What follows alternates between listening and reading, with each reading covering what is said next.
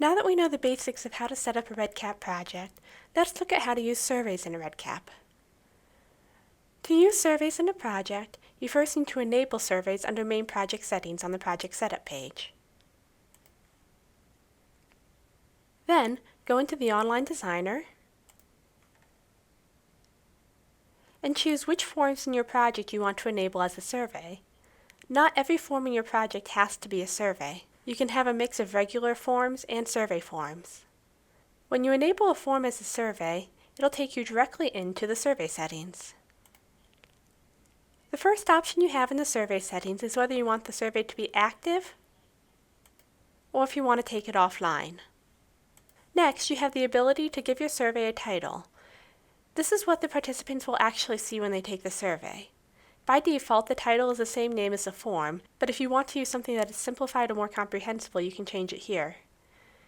You also have the ability to create instructions that will appear at the top of the survey directly after the title. These can use basic HTML and piping. Next, you can set up what the survey is going to look like. If you have a project logo or a departmental logo that you want to display at the top, you can upload it here. You can choose whether you want to use standard radio buttons and checkboxes, like what you saw when you were doing data entry, or if you want to use enhanced radios and checkboxes. We'll create a larger button that is easier to select, especially if you're completing it on a mobile or touchscreen device. You can choose the size of your survey text, the font, and your survey theme. There are a number of different pre-programmed themes provided.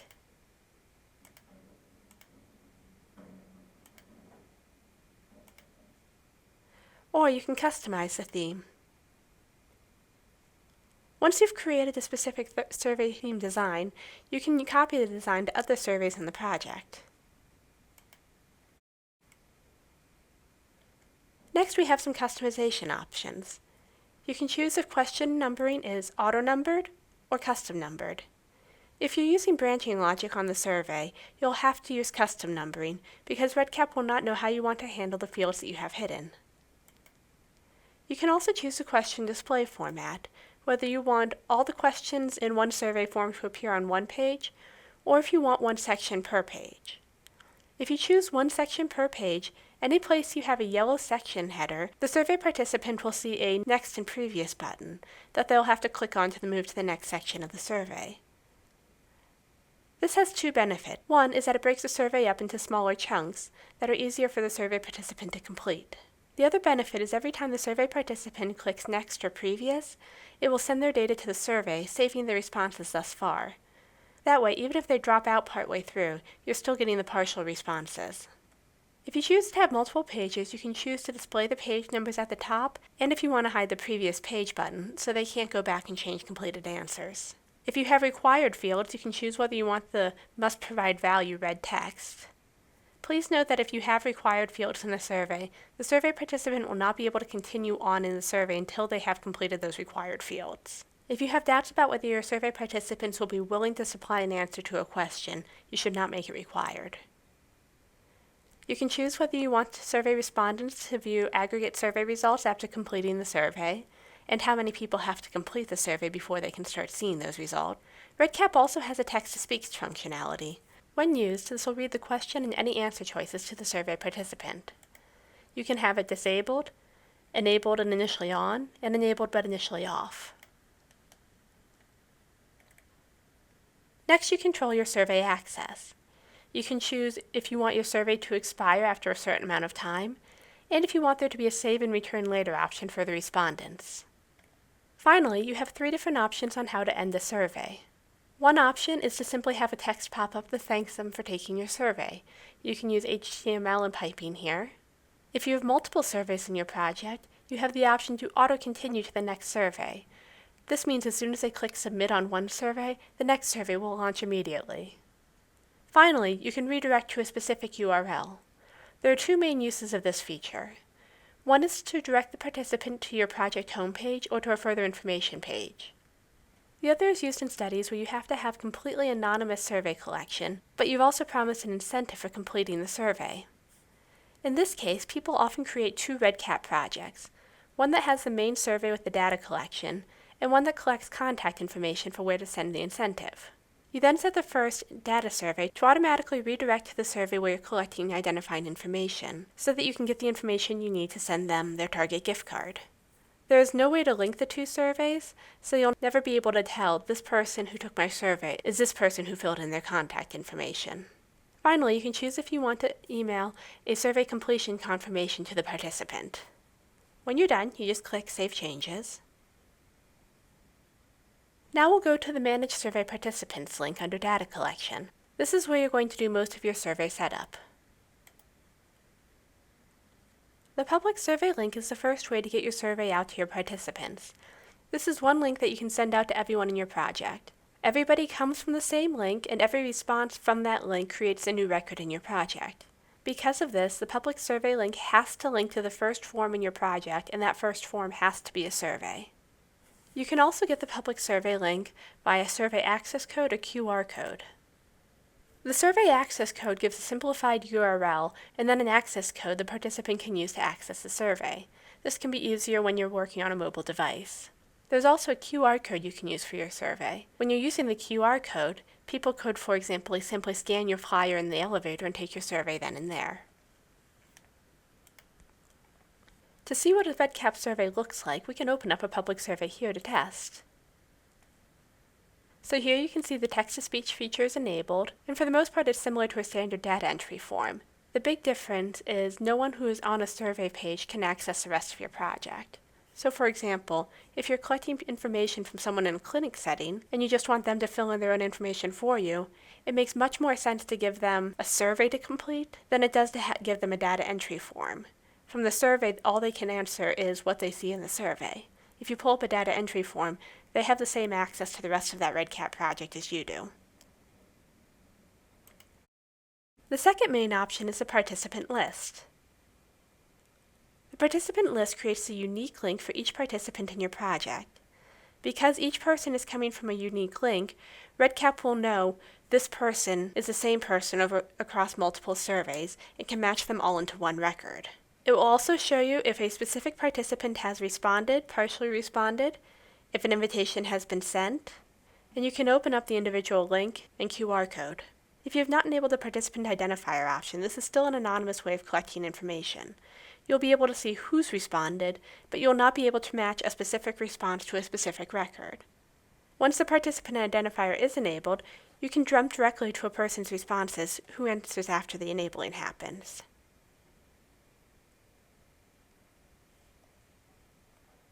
To add someone to the participant list, you just click Add Participants and type in the email.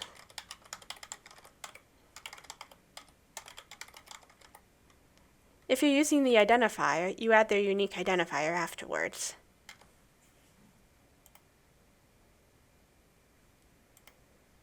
To send invitations to people on the participant list, you simply click Compose Survey Invitations. Then you choose when the email should be sent, immediately or at a specific time in the future. You can also set up survey reminders so that if respondents haven't responded by a certain time, they get an email. To do that, you can choose to send it every Monday, Tuesday, every other day, or at a specific date time, and you can choose how many reminders to send. Finally, you simply create the email,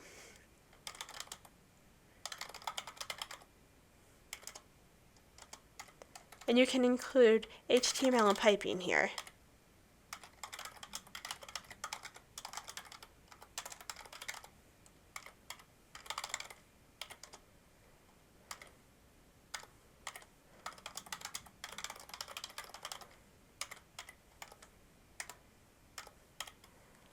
If you want to see what it looks like, you can preview it, and you can send test emails. Then you'll select which participants you want to send it to. You can check and uncheck in large groups,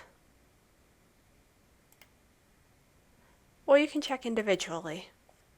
Then you'll just click Send Invitations. If you want to see what surveys you have going out in the future, or what you sent out previously, you can see the survey invitation log. This will show you all future invitations and all past invitations. and you can use a filter to display invitation reminders as well.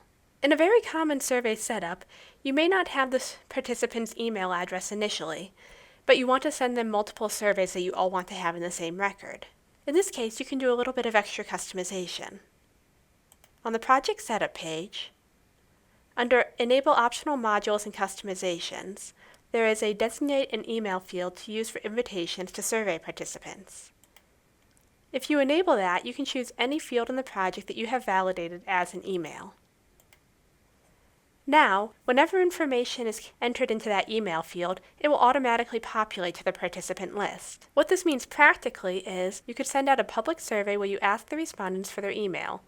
Once they fill it in, it will automatically populate to the participant list, and you can send them further survey invitations from the participant list that will all match in the same record.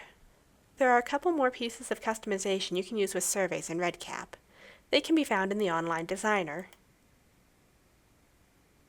The first is the survey queue.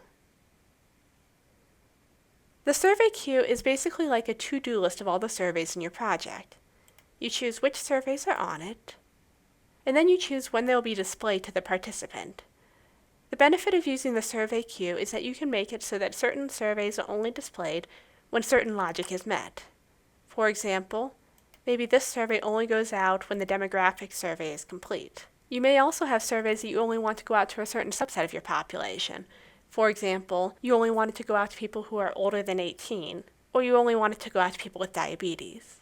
You can then choose if you want the surveys to auto-start or not. If the survey is auto-start, it will be just like if you're auto-continuing from the survey settings. As soon as they've completed one survey, if they meet the criteria for the next survey, it will automatically start for them. If you don't auto-start, they'll just select it off of a list.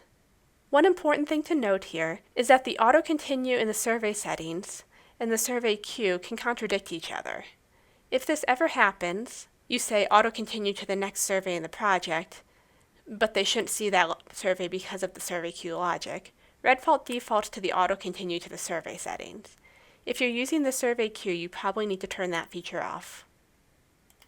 Your next option here are automated invitations. With automated invitations, you can post a message exactly like you did on the participant list, but you can set conditions for who the survey gets sent to the same way you could with the survey queue. Then you choose when to send the survey after the conditions are met. Immediately, on the next day of the week, weekend, or weekday, after a certain amount of time has passed. So this is a great way to set up a pre- and post study, or if you simply have a diary that goes out every day or every week. And then you can enable reminders just like you did with the participant list.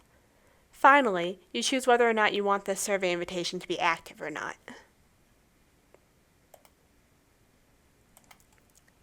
With one final note, you can also have repeating instruments within a survey.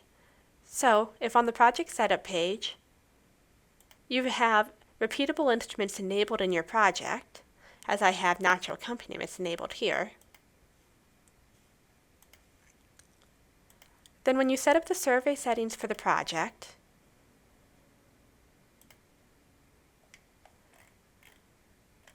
you'll have an additional option under Survey Termination Options. Allow respondents to take this survey again.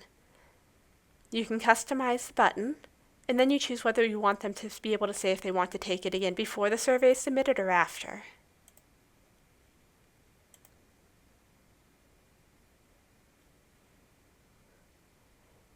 Now I can go into any record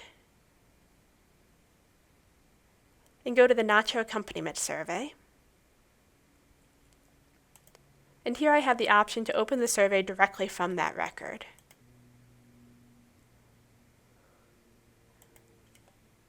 So I complete the form, and then I have the option to submit and take the survey again. And it just creates a blank version of the form the exact same way it did when I was doing it with regular data entry.